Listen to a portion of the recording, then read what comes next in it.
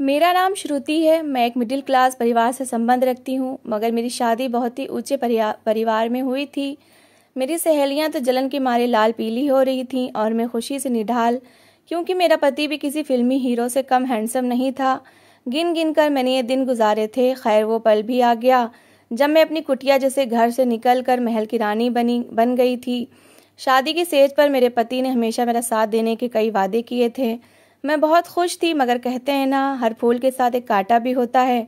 हर खुशी की गोद में एक नन्हा सा दुख भी छुपा होता है। इस बात की मुझे समझ अपनी शादी की सुबह आई थी। मुझे अपने घर में सुबह देर से उठने की आदत थी। मेरा ससुराल भी काफ़ी मॉडर्न था। मुझे लगा था यहाँ मुझ पर किसी तरह की रोक टोक नहीं होगी। मेरे ससुराल में था ही कौन, पति, सास और एक नंद। इसलिए मैं घोड़े गधे बेचकर सो रही थी जब अचानक हमारे कमरे का दरवाज़ा किसी ने ज़ोर ज़ोर से खटकाया, जैसे कोई भूकंप आ गया हो। मेरे पति भी घबराकर उठ खड़े हुए थे। मैं भी आंखें मलती उठकर बैठ चुकी थी। दरवाजे पर दस्तक बढ़ती ही चली जा रही थी। प्रतीक ने जल्दी से दरवाज़ा खोला तो सामने मेरी नन निधि खड़ी थी। वो अपने भाई को पीछे करते हुए मुझ तक पहुंची थी और एक अदा से बोली, भाभी, आप अभी तक सो रही हैं? जल्दी से उठिए, मुझे आपके हाथ से नाश्ता करना है। मेरी सारी दोस्त अपनी भाभियों के हाथ से नाश्ता करती हैं। मैं इस अचानक आफत पर घबरा सी गई थी। निधि के पीछे ही मेरी सास भी पहुंची थी। वो निधि को डांट रही थी कि ये क्या बचपना है, अभी तो बहू ने मीठा भी नहीं बनाया। तो निधि बोली, पहले मीठा बना ले, फिर भाभी मेरे लिए नाश्ता बना दें। फिर वो बोली, भाभी आप 15 मिनट में फ्रेश होकर किचन में आ जाइए, मुझे बहुत भूख लगी है। सास और नन के जाने के बाद मैंने प्रतीक की तरफ शिकायती नज़रों से देखा था।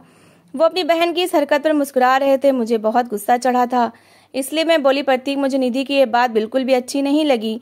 इसे जाकर समझाइए कि मैं इस घर की बहू हूँ, नौकरानी नहीं। मेरी इस बात पर प्रतीक के माथे पर बल पड़ गए थे। वो काफ़ी रूखे स्वर में बोले थे, श्रुति, आज तो तुमने ऐसी बात कर दी है, मगर मैं दोबारा तुम्हारे मुंह से ऐसा कुछ ना सुनूं। निधि मेरी औलाद की तरह है। पापा के देहांत के बाद मैंने इसे बाप बनकर पाला है। अगर तुमने आज के बाद निधि की कोई भी बात मानने से इनकार किया तो तुम्हें हाथ से पकड़कर तुम्हारे मायके छोड़ आऊँगा, हमेशा हमेशा के लिए। प्रतीक की बातें सुनकर मेरी आंखें भीग गई थीं। कोई नई नवेली दुल्हन के साथ ऐसा भी करता है भला? मैं फ्रेश होकर किचन में चली गई, जहाँ निधि की फरमाइशों की लंबी लिस्ट तैयार थी। मैंने उसकी मर्जी के मुताबिक सब कुछ बना डाला।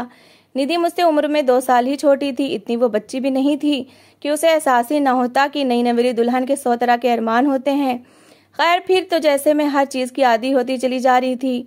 मुझे समझ में आ गया था, इस घर में निधि का ही सिक्का चलता है। मैं भी प्रतीक की खातिर निधि के साथ प्यार से पेश आती थी। हमारी शादी को 5 महीने हो चुके थे, मगर अभी तक भगवान ने औलाद की खुशी से वंचित रखा था। मैं दिन रात औलाद के लिए प्रार्थनाएं करती थी। मुझे पूरा विश्वास था कि जब मेरी औलाद हो जाएगी तो निधि की अहमियत घट जाएगी। डॉक्टर ने कहा था कि टेंशन वाले माहौल से निकलेंगी तो औलाद भी हो जाएगी। इसलिए मैं हनीमून पर जाना चाहती थी, लेकिन प्रतीक अपनी व्यस्तता में इतना समय नहीं निकाल पाए थे कि हम हनीमून पर ही चले जाते। मैं भी उनके पीछे पड़ी रहती थी, तो वो मुस्कुराकर टाल देते थे। एक दिन प्रतीक ने मेरी बात मान ली। वो बोले कि हम हनीमून पर चलेंगे। मैं बहुत खुश थी। सारा दिन तैयारियां करती रही। रात डिनर पर उन्होंने मेरी सास को बताया था कि हम 2 हफ्तों के लिए हनीमून पर जा रहे हैं, कश्मीर, मनाली। ये सुनकर निधि तो उछल पड़ी थी। वो बोली, वाह भैया, मुझे भी जाना है। मेरी सारी सहेलियां भी घूमने गई हुई हैं, आप मुझे भी साथ ले चलें। मेरी सास ने निधि को आंखें दिखाई थीं, जबकि प्रतीक मुस्कुरा पड़े थे। वो बोले, जरूर चलेंगे गुड़िया। मेरे बर्दाश्त की आखिरी हद थी। आखिर में बोल ही पड़ी थी, निधि, अपनी सहेलियों से पूछना क्या वो भी अपनी भाभी का हनीमून खराब करने गई हैं या फैमिली टूर पर। मेरी बात सुनकर निधि रोने लगी थी, जबकि मैं खाने की टेबल से उठकर अपने कमरे में आ गई थी। मुझे प्रतीक का बहुत डर था कि वो मुझ पर चीखेंगे, चिल्लाएंगे, मगर ऐसा कुछ भी नहीं हुआ। वो कमरे में आए और खामोशी से सोने के लिए लेट गए थे। सुबह ही उन्होंने मेरा पैक सामान गाड़ी में रखा और मुझसे चलने को कहा। मेरी खुशी की सीमा न रही थी। मुझे लगा था मैं जीत गई हूँ, अब निधि कभी मेरे खुशियों के बीच नहीं आएगी। मगर ये क्या?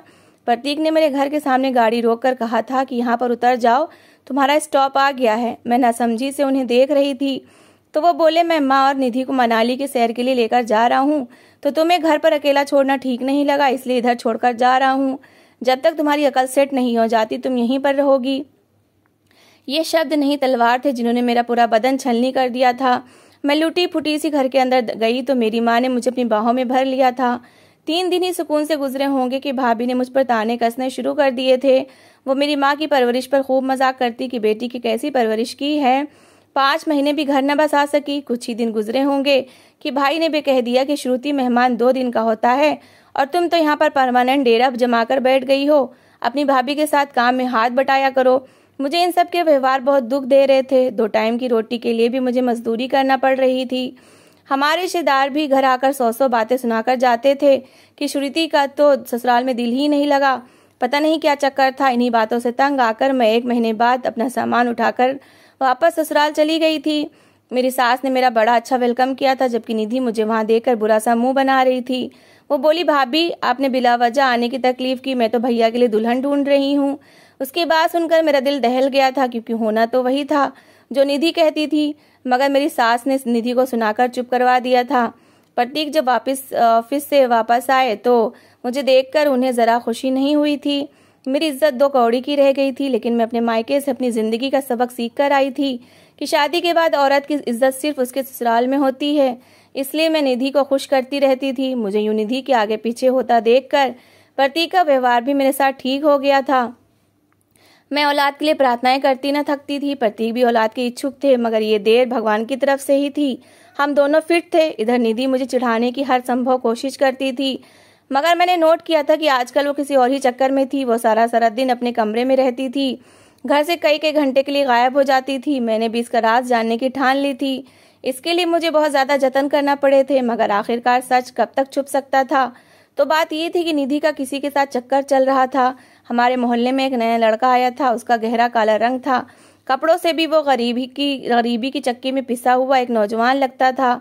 इसमें ऐसी कोई भी खूबी नहीं थी जिसके बिना पर इससे प्यार किया जाता, मगर निधि की आंखों पर पता नहीं क्या पट्टी बन गई थी। मैं सारे मामले से बड़ा मजा ले रही थी। हर शाम वो निधि को एक लिफाफा पकड़ा जाता। इसके बाद निधि कई घंटों के लिए अपने कमरे में बंद हो जाती थी। अब मैंने ठान लिया था कि अपने पति को उसकी लाडली का असल रूप दिखाऊंगी। इसलिए मैं और प्रतीक जब भी इकट्ठे बैठते मैं उससे यही कहती कि निधि का कहीं अच्छी जगह रिश्ता ढूंढ लो। जवानी बड़ी मुजोर होती है, आजकल का तो जमाना ही ऐसा है। प्रतीक मेरी बात से चिढ़ जाते और कहते, जमाना जैसा भी हो, मेरी बहन को बाहर की हवा नहीं लगी। मैं दिल में उनकी बात पर खूब हंसती। अब मैं निधि को पूरी तरह से जासूसी कर रही थी। एक दिन मैंने निधि को घर से बड़ा तैयार होकर निकलते देखा था। मैंने भी उसका पीछा करने की ठान ली थी। मैं उसे दूरी रखकर उसके पीछे पीछे चल रही थी। वो घर से सहेली के घर का कहकर निकली थी। हमारी गली से मोड़ लेकर वो काली सी गाड़ी में जाकर बैठी थी। मैंने थोड़ा आगे से होकर देखा, उसमें एक बहुत हैंडसम लड़का बैठा था। वो लड़का शक्ल से ही रईस लग रहा था। खैर, मैं घर वापस आ गई थी। मुझे बहुत जलन हो रही थी। आखिर निधि के हाथ इतना हैंडसम लड़का कैसे लगा था, वो भी अमीर। इस बात की तह तक पहुंचने के लिए मैंने पूरा राज मालूम करने की कोशिश की थी। राज जानकर बड़ी हैरानी बेचैनी सी हो गई थी। बात ये सामने आई थी कि निधि और उस रईस लड़की की मोहब्बत बड़े जोर शोर से चल रही थी, जबकि वो काला सावला सा लड़का तो सिर्फ उस लड़के का पार्सल देने आता था। ये कैसे हो सकता था कि निधि घर में ऐश की जिंदगी गुजारने के बाद अब अगले घर जाकर भी खुशहाल रहे। इस तरह तो इसे कभी भी सजा न मिलती जो उसने मेरे साथ किया था। मैंने खतरनाक प्लान बना डाला। इस प्लान के आगे या तो मेरे लिए स्वर्ग था या फिर नर्क, लेकिन मैं बेफिक्र होकर इसमें कूद पड़ी थी। मैंने प्रतीक से साफ शब्दों में कह दिया था कि मैंने अपनी आंखों से निधि को किसी लड़के के साथ जाते हुए देखा है। मेरी बात सुनकर उन्होंने बहुत हंगामा किया था। मुझे बहुत बुरा भला कहा था, लेकिन मैंने हार नहीं मानी थी। मैं हर रोज थोड़ा थोड़ा जहर प्रतीक के कानों में उंडेलती रहती थी। एक दिन मैंने प्रतीक को फोन करके घर बुला लिया था। वो घर आए तो मैं उन्हें अपने साथ छत पर ले गई। हमें ज्यादा इंतजार करना नहीं पड़ा था। जल्दी निधि घर से निकलकर अपनी मंजिल की तरफ बढ़ी थी। मैंने प्रतीक से कहा कि वो गेट के पीछे छुपकर हमारी बातें सुने। उनका रंग गुस्से से लाल हो रहा था।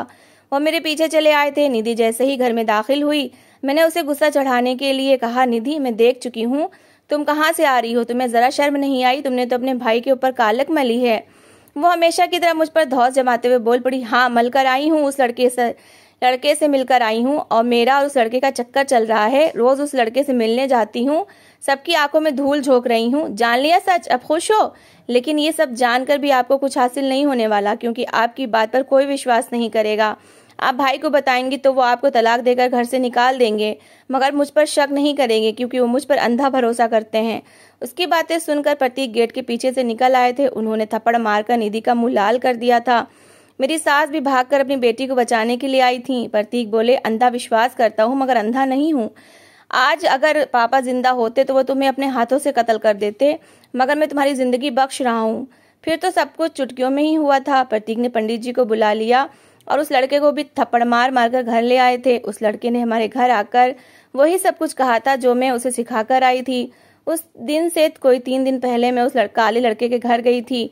वो काफी परेशान सा था। माँ के इलाज के लिए उसे 30,000 की जरूरत थी। मैंने उसे 50,000 देकर खरीद लिया था। इस तरह उसने वही सब कुछ कहा जो मैं उसके मुंह से उगलवाना चाहती थी। यूं इन दोनों की शादी करवाई जा रही थी। मैं इस ड्रामे की डायरेक्टर थी, बड़ी खुशी से देख रही थी। निधि हाथ जोड़कर कह रही थी कि भैया मेरी बात सुने, मैं दूसरे लड़के से प्यार करती हूँ। इस बात पर तो प्रतीक को और गुस्सा आ गया कि इतने लड़कों को जानती है। मेरी सास ने रो रो कर अलग कोहराम मचा दिया था। खैर मेरी दिली इच्छा पूरी हो गई और निधि का मनहूस साया मेरी जिंदगी से हमेशा हमेशा के लिए छट गया था। मुझे उसका अंजाम सोच सोच कर हंसी आती थी। उसने शादी के बाद मेरे साथ बहुत बुरा किया था। अब उसके साथ बुरा हो रहा होगा। वो तो लोगों के बर्तन मांझ कर अपना पेट भरती होगी। मेरी सास निधि के हादसे के बाद बिल्कुल ढल सी गई थी और मैं शेरनी बन गई थी। अपनी सास से पूरे घर के काम करवाने लगी थी। इन्हीं दिनों भगवान ने मुझे औलाद की खुशी दी थी। मैं मां बनने वाली थी तो प्रतीक के दिल से बहन का दुख निकला था। अब तो मैं उनकी लाडली पत्नी बन चुकी थी। हर चीज मेरे हुक्म पर होती थी। यही सब तो मैं चाहती थी। बिला वजह निधि ने मेरा इतना कीमती समय बर्बाद किया था। खैर अब तो घर के बर्तन तक मैं अपनी सास से धुलवाती थी। मेरे 8 महीने पूरे हो चुके थे। इधर मेरे आराम के दिन थे, मगर मेरी सास ने तो अजीब ड्रामा शुरू कर दिया था। कभी उन्हें चक्कर आ रहे होते तो कभी उनका जी मतलाने लगता था। वो सारा सारा दिन कमरे में रहती। अब तो उनका बेटा भी उनके लिए चिंतित हो रहा था। मेरी भी हालत ऐसी हो गई थी कि काम भी नहीं होता था, जबकि मेरी सास तो पूरी तरह बेड रेस्ट पर थी। मैं सब ड्रामा समझ रही थी, मगर उनकी असलियत तो मुझे तब मालूम हुई जब मैंने इन्हें गायनी वार्ड में देखा था। बेटी तो बेटी, माँ भी किसी से कम नहीं निकली थी। उन्होंने भी मेरे और प्रतीक की आंखों में धूल झोंकी थी। वो ये था कि पेट में दर्द का बहाना बनाकर प्रतीक के सामने रोती रहती। वो भी माँ के लिए काफी चिंतित थे। मैंने उनसे माँ के घर जाने की परमिशन मांगी तो उन्होंने दे दी थी। उन्होंने मुझे तसल्ली दी थी कि वो मेरे पीछे सब संभाल लेंगे। मैं आराम से घर में माँ के घर पहुंच चुकी थी। दुनिया में शायद सिर्फ माँ ही बगैर मतलब की मोहब्बत करती है। मेरी माँ ने बड़ी खुशी से मेरा वेलकम किया था। वो तो मुझे बेड से उतरकर पानी भी नहीं पीने देती थी। कुछ दिन तो भाभी ने भी बिठाकर खिला दिया। अब तो उनकी आंखों के सामने भी अंधेरा छाने लगा। मुझसे बहाने बहाने से काम करने को कहती थी। एक दिन तो मेरे हाथ में झाड़ू पकड़ाकर बोली, ये घर का झाड़ू पोछा करो, इससे तुम्हारी डिलीवरी में आसानी हो जाएगी। मैंने शिकायती नजरों से माँ की तरफ देखा तो वो मुझे बहुत बेबस नजर आई। मैंने बड़े गुस्से से झाड़ू पकड़ा और इधर उधर जोर जोर से मारने लगी। तभी मेरा बैलेंस बिगड़ा और मैं सीढ़ियों से नीचे जा गिरी। फिर मुझे कुछ होश ना रहा। मुझे कुछ पता न था कि मुझे कब डॉक्टर के पास ले जाया गया और कब मेरा ट्रीटमेंट शुरू हुआ। मैं कई घंटे की बेहोशी के बाद जब होश में आई तो मुझे अपने आप खाली सा महसूस हुआ था, जैसे मुझसे मेरा जिस्म का कुछ हिस्सा अलग हो गया हो। मैंने जल्दी से अपने पेट की तरफ देखा तो मैं समझ गई। मैंने खुशी से माँ को पुकारा और कहा कि मेरा बच्चा कहाँ है, बेटा हुआ या बेटी। मेरी बात सुनकर माँ रोने लगी थी। उनके रोने से मैं घबरा गई थी। मैं चीख चीख कर नर्सों से अपने बच्चे के बारे में पूछने लगी थी। तब मुझे लेडी डॉक्टर ने बताया कि भगवान ने मुझे बेटा दिया था, मगर हम इस बच्चे को बचा नहीं पाए। अब तो शायद आप कभी माँ भी न बन पाए। मैं दहाड़े मार मार कर रोने लगी थी, इसलिए उन्होंने मुझे नींद का इंजेक्शन लगा दिया। फिर ऐसा होता कि जैसे मुझे होश आता, मैं चीखने लगती। इसी वजह से मुझे नींद का इंजेक्शन लगा दिया जाता। 4 दिन बीते होंगे जब मैंने होश में आते हुए अपनी सास की आवाज़ सुनी थी। वो किसी को बेटा होने की शुभकामनाएं दे रही थी। मैं ऐसे ही आंखें मूंदे लेटी रही। फिर मुझे निधि की आवाज़ आई तो मैंने फौरन आंखें खोल दी। मैंने देखा निधि का बेड मेरे बेड से एक बेड छोड़कर था। मेरी सास इन दोनों को देखकर निहाल हो रही थी। अपनी सास को वहां देखकर मुझे समझ आ गया था कि वो भी हमारी आंखों में धूल झोंक रही थी। वो हमें धोखा देकर अपनी बेटी से मिलती थी, लेकिन निधि तो मुझसे एक बार फिर जीत गई। उसने अपनी औलाद पाल ली थी और मैंने खो दी थी। मैं नर्सों से नजर बचाकर अपने बेड से उठकर निधि के बेड के पास चली गई। मैं रो रही थी। मैंने निधि से कहा, तुमने शादी के बाद मेरे साथ बहुत बुरा किया था, मेरे साथ बहुत ज्यादती की थी। जब मैंने तुम्हारा साथ छोड़ा, थोड़ा सा बुरा किया तो भगवान ने फौरन बदला ले लिया, जबकि तुम तो आज भी खुश हो। मुझे देखकर वो पीली पड़ चुकी थी, उसकी आंखें भीग चुकी थी। निधि बोली, भाभी मुझे आप एक आंख नहीं भाती थी। मैं चाहती थी कि भैया आप मेरे भैया से दूर हो जाएं। भैया सिर्फ और सिर्फ मुझसे प्यार करें। इसी वजह से मैं हर संभव कोशिश करती थी आपको परेशान करने की, ताकि आप भैया को छोड़कर चली जाएं। आपके साथ मैंने जो कुछ भी किया इसकी सजा मुझे मिलनी ही थी, और मेरी और आपकी जिंदगी तबाह हो गई। और मेरा पति मुझ पर हर घड़ी शक करता है कि मैं कहीं उस लड़के के साथ भाग न जाऊं जिससे मैं प्यार करती थी। मुझे मारता है, मुझसे लोगों के घरों में झाड़ू पोछा करवाता है। भाभी, इस दुनिया में हर इंसान को उसके पाप की सज़ा ज़रूर मिलती है। मेरे पाप की मुझे सज़ा मिल गई, आपके पाप की आपको। आपने तो मुझसे मेरे घर वालों को प्यार भी छीन लिया और मुझसे मेरी मोहब्बत भी। भगवान ने आपसे आपकी मोहब्बत, आपकी औलाद छीन ली। तो दोस्तों, इस कहानी को लेकर आपकी क्या राय है, कमेंट बॉक्स में ज़रूर बताएं। और अगर कहानी अच्छी लगी हो तो प्लीज़ इसे लाइक ज़रूर करें। अगर आपने अभी तक हमारे चैनल को सब्सक्राइब नहीं किया तो ज़रूर कर लीजिए। तो मिलते हैं ऐसी ही एक मोटिवेशनल कहानी के साथ। Thanks for watching.